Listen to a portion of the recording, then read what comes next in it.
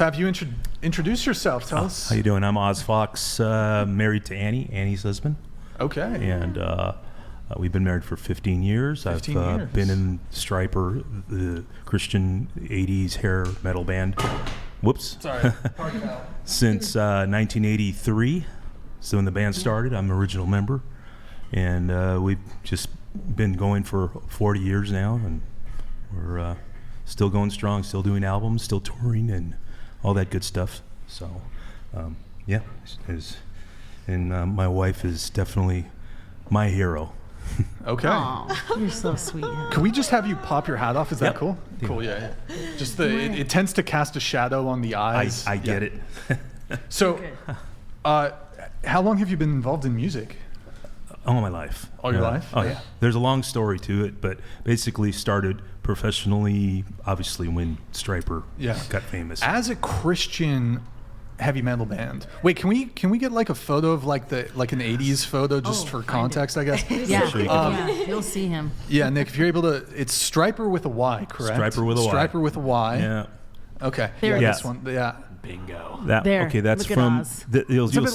I'm in the middle. That was from our platinum album, To Hell with Wait, the Devil. which one's you? Are you in the I'm top? the one on the bottom. Oh, in the the middle. One, look at his face. Nice. Look at his eyes. I got a question. Yeah. Did the 80s like smell a lot like hairspray?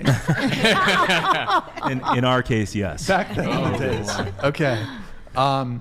That's awesome. So, okay, so you were in this band. Oh, the question I was going to ask is, being a Christian heavy metal, what was the classification? Glam rock? They What do you some called us glam metal. Yeah, hair metal. Hair metal. Yeah. Was another one people called us, and then just overall like radical Christian heavy metal. Okay.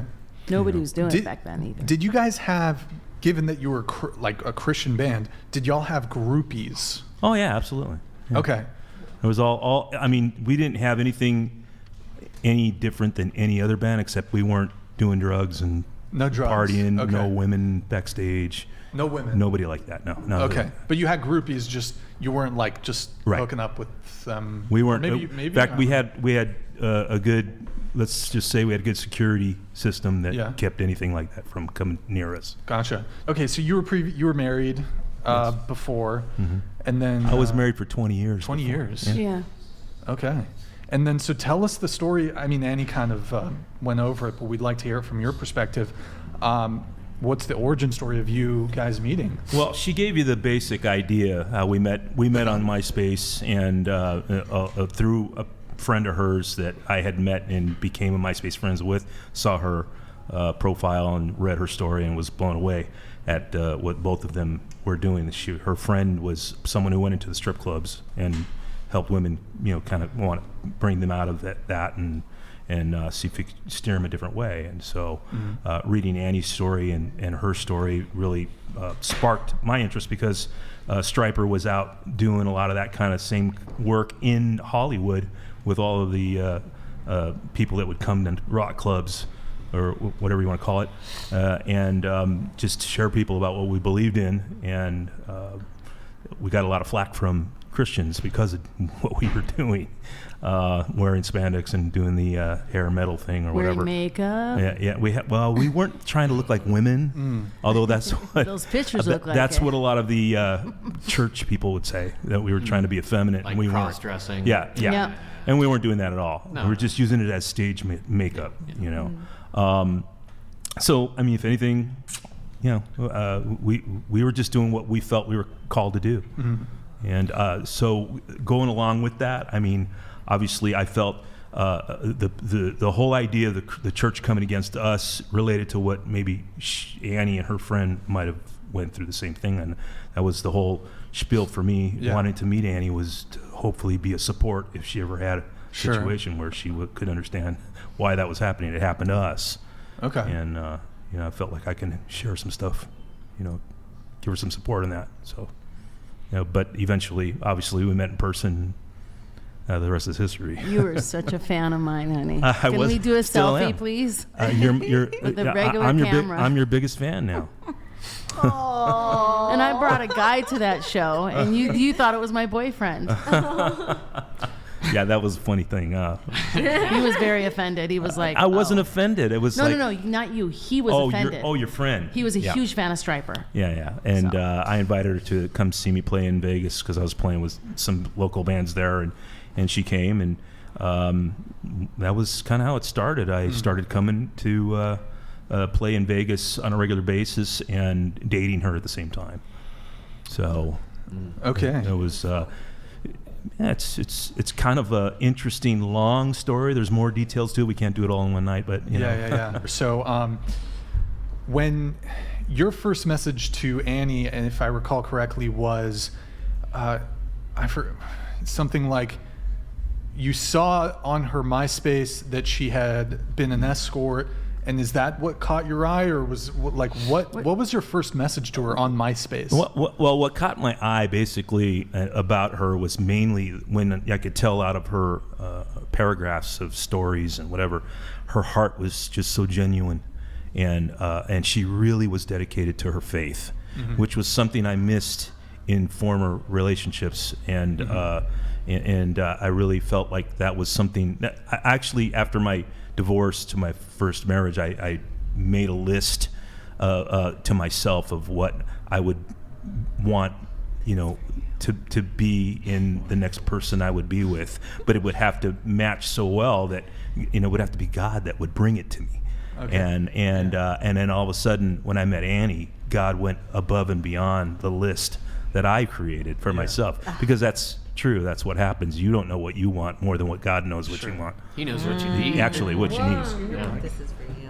So for me, it was important to stick to that. And then meeting Annie and seeing how she was personally and in real life, and dating her and seeing those awesome attributes in her, that's what sealed the deal. Just watching her, how she was around kids. I have kids. I have 3 kids. And watching her with my kids was like unbelievable. Her heart was so genuine and so loving. And so for me, that meant so much, as well as literally crying. as well as how her faith was so solid. And to me, that meant more than what her past was. Her past, it was meaningless. She was forgiven for her past. She's a different person. So and I was going to ask you about that. I mean, did you have, were there any reservations or any concerns? Or? No, I had no reservations. It was one of these. It had to be a divine thing, because I could have been that way, but to me, it was like, why? I mean, how's that gonna benefit myself? To keep holding on to something like that it really doesn't matter, because she's now new. She's transformed, and I believed it wholeheartedly because I watched her. I saw her talk. I saw her love for other people, and that's what changed my heart about any of that. I didn't have to even ask her about it. I mean, but was there anything like any concerns in terms of, well, she had done this kind of work, or she had been with a lot of men? Was that ever... Never even crossed your mind? Never crossed my mind. Never crossed your mind? No. You're a strong man. I don't think so. I don't think it's that difficult. Okay. You're God-led. I really don't.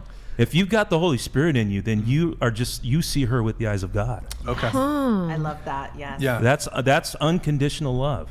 And I think earlier on in the conversation, Annie, you had mentioned something about, I forgot, I don't want to misstate your words, but you said something about ways in which you guys are married, correct? Yeah. The ways in which your husband has to put up with you. I think that's what you said. And so, what did you mean by that? Like, do you feel like puts up with you? Like, how? that if I have any trauma episodes or if I get triggered or something, he's like designed for me to be my pillow. Okay. To comfort me in those times when I can't handle a situation and I freak out. And that does happen when you have, complex trauma. Yeah. And most ladies that I've met that have left, coming to us for help, by the way, us not trying to find them, these beautiful souls that come to us because they're completely traumatized by the way they've been treated. It's really important that they're with people that understand that they're going to have sometimes trigger moments or just moments that they're going to freak out. But it's okay to be that way. It's okay to be yourself. It's okay not. It's okay not to be okay. In other words, I'm not talking about becoming a mass murderer or destroying a house and breaking all the windows and, you know, things like that. You need really good help. But any type of thing that I might do, and I'm not saying anyone would do anything like this, but like, I don't know if gosh, what would it be, honey? Because I can't think of something. I mean, except for what happened this morning when I was watching. Let's just put it this way: nobody's perfect. Yeah. Everybody's broken, even me. Okay, every human in this world is broken, and there are things we all have to learn to maneuver around each other with. That's why the band Stryper has been together for 40 years, because we've learned how to love each other well. Sure. And you have to do that in a relationship. What I think is really cool is because you're a musician, so you probably experienced, you know, women that were sex workers probably just throwing themselves at you, and That's funny that you say that. And that's what's so interesting, because it's like there must have been something really different about her, because there probably were other women that were like, you wouldn't look past their past, like you chose to look past her past, but other people you were like, I'm okay, like I'm not gonna proceed. That's really cool. Well, the thing about, again, when because I was a faithful believer in my Christianity, it taught me that I have to put the woman that I'm planning to be with, or I guess you could say I pursue, I have to be a person that's faithful, and I can't just let every woman be a distraction for me. Yeah. That was one of the things that kept me. Modest Hikima donated $100. Hookers for Jesus is literal blasphemy. Straight up fraud. Kids with another woman that you abandoned for rock and roll life and married a literal hooker. No shit, you're broken. Hashtag grab the rocks. Yeah, and hey, he was without sin cast the first stone. Exactly. Okay, anyway. Yes. So, I mean, if anything, guys, I mean, this was divine. Yeah. Sounds like This, it's a divine union. This was not something that just happened out of nowhere. In my opinion, I believe that there is a God and that he put us together because he ultimately knew what we both needed. I think it's also extremely important to realize that you guys didn't just because I mean, you were divorced and you had a promiscuous lifestyle, and there's obviously baggage that came with that, but working through that, turning to God and seeking, how do I deal with this? There is grievous sin in my life, and I've had sin in my life that I've had to work through. But working through that, I think, is a very important step that a lot of people, obviously it's not comfortable to go through, but it's necessary. And I think you guys have done that beautifully. And I commend you for that. Thank you. Because, I mean, that's why your band is stuck together. That's why your marriage has survived, because you put yourselves in the position where we need to work through this, and we're going to do that together. It's going to be hard. It's going to be difficult, but I told you, till death do us part, and I mean that. You know, I want to just say something, Mason. It's the weirdest thing, because we get asked, do you guys fight? Do you guys have a lot of arguments? And can I just tell you, just in front of you too, I could probably count on one hand how many times we really argued where it was very serious. Yeah. I mean, I could think of the 2 times only. 2 times, the 2 things, you know exactly what they are too. It was right when we first got married, and that one time you got sick. Anyway, but other than that, simple, silly arguments. And before we go to bed, we kiss each other. I love you. We love the same TV shows. We're total Trekkies. We love sci-fi. Oh, boy. We just click. It's like peas and carrots. Yeah. You know, that's. Yeah. I can't explain it. It's and love. I think that's important. Yeah. I think you obviously respect your man, and and you love your wife. So there is that this has to work, and we need to be able to. We've both read that book too, by the way. Yeah, The Praying Wife? I would Love and respect. I would die for this woman. Exactly. Okay. Like Christ died for the church. Well, Yeah, he quotes that a lot. that's what I'm taught, because I learned that. Yeah, and you That's what believe it. I'm encouraged with. Yeah. So, I mean, that's the reason why I think I would tell my daughters, hey, find a good Christian guy that's, Yeah. Because that's, I know what comes with that. I know what he's being taught. Yeah. He's being taught to love you like Christ loved the church and died for it. Yeah. And To me, he that's knows- important. He knows how to be a Yes. man. He knows Yeah. how to stick to his guns. That's right. He'd And he open knows doors how to for me. protect the people that are in his life. Yes. Yeah.